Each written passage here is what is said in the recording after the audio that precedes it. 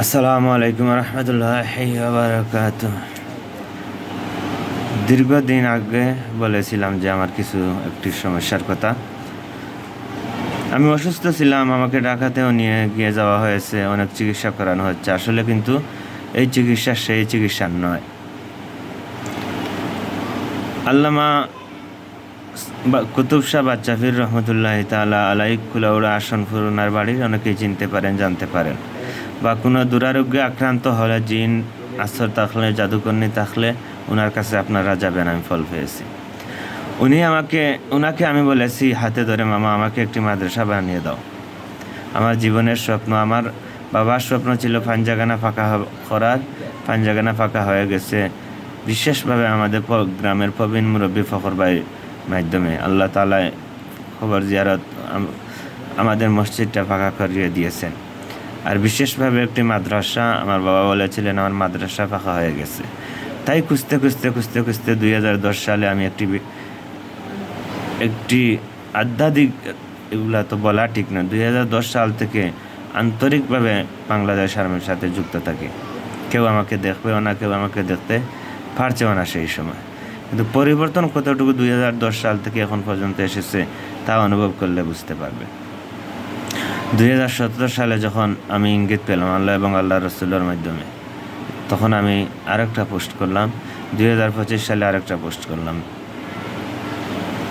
আল্লাহ সুবহানাহু ওয়া তাআলা এগুলার মাকসুদ মঞ্জিলে নিয়ে পৌঁছক আমাকে। সর্বোপরি আমি এতটুকুই বলবো, আমরা যদিও সমাজতন্ত্র, রাজতন্ত্র, গণতন্ত্র, যতন্ত্রই থাকুক সবই মন্ত্র। আল্লাহ সুবহানাহু ওয়া তাআলা জাল্লা জালালু ওয়াজহুর হুকুম এবং রাসূল সাল্লাল্লাহু তাআলা আলাইহি ওয়াসাল্লামের তরিকা মেনে যাবতীয় কাজগুলা করি, এগুলোর মধ্যেই আল্লাহ আমাদেরকে বরকত দান করবে। পৃথিবীতে সবাই সব কিছু করতে পারে না, সবার দ্বারা সব কিছু হয় না এবং হবেও না।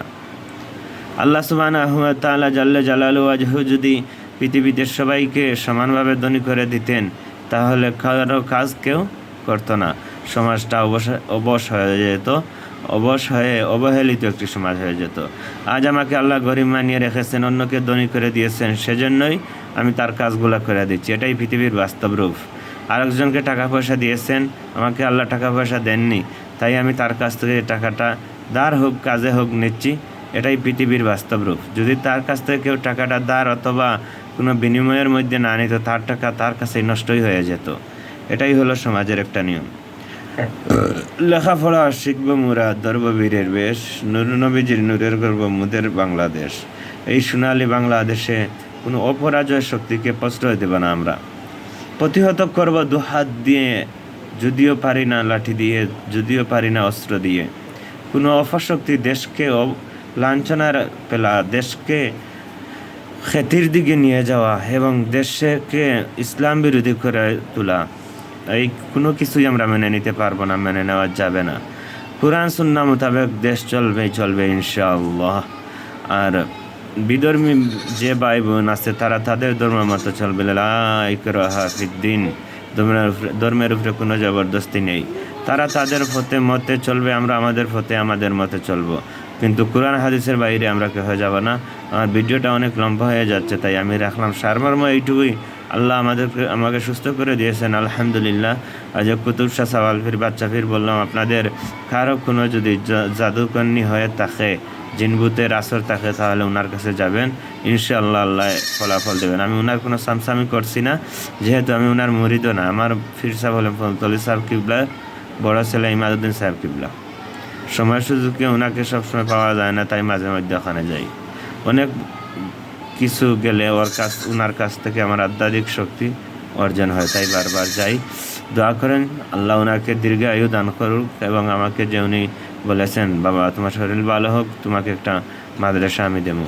আর আমার মনের মধ্যে ছিল, আমার 3টি পোস্ট আছে, এই 3টা পোস্ট ফিল আপ করে আমার যদি টাকাটা বাংলাদেশ গভর্নমেন্ট দিয়ে দেয়, তাহলে আর কুতুব শাহ বাচ্চাফির উনিও দিতে হবে না। আমি আমার ইচ্ছায় আমি জায়গা খরিদ করে বানিয়ে নিতে পারবো ইনশাআল্লাহ। বর্তমান ডক্টর ইউনূসের সামনে যদি আমার এই পোস্টগুলো যায়, 2010 সাল থেকে এখন পর্যন্ত কোনো একটি টাকাও আমি আনিনি। 2010 সালে বাংলাদেশ মেজর বলে ঘোষণা দিয়েছিলাম, সবাই আমাকে পাগল বলেছে। 2017 সালে মেজর জেনারেল অফ বাংলাদেশ বলে ঘোষণা দিয়েছিলাম, তখনও সবাই আমাকে পাগল বলেছে। বর্তমান 2025 সালে এসেও একই কথা বলছে। কিন্তু আমি আমার যতটুকু, আমার প্রাপ্য থেকে যতটুকু করার ততটুকু আমি করতে আছি। আল্লাহ আপনার সহায় হোক, আল্লাহ আমাদের সবাই সহায় হোক। ফি আমানিল্লাহ।